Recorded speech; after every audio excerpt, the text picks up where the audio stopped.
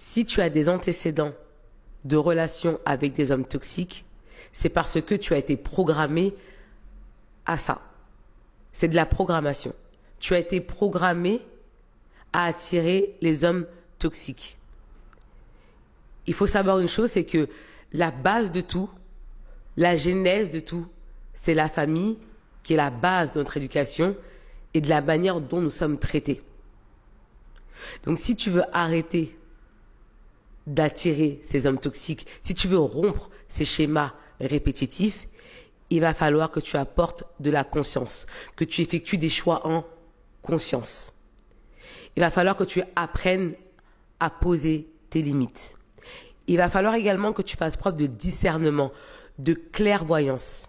Parce que bien souvent, tu es très, très naïve. C'est ce qui te conduit à des relations médiocres, pourries, éclatées au sol et bancales. Et le seul moyen pour faire preuve de discernement, de clairvoyance et de poser ses limites, chose que tu n'as pas apprise, parce que depuis que tu es petite, on t'a toujours appris à dire oui. Oui, oui, oui, oui, oui, oui, oui. Et le oui chez toi est automatique. Donc c'est normal qu'à l'âge adulte, tu as du mal à dire non.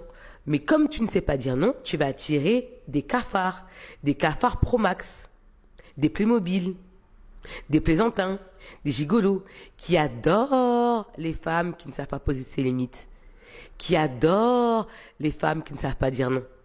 Et c'est ton cas aujourd'hui.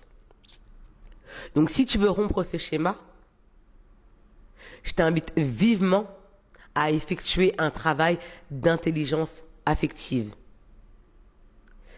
Ce qui va te permettre de faire des choix en conscience avec une approche holistique. Rappelle-toi d'une chose, tu n'es pas responsable de la programmation que tu as reçue. En revanche, tu es responsable de sa mise à jour.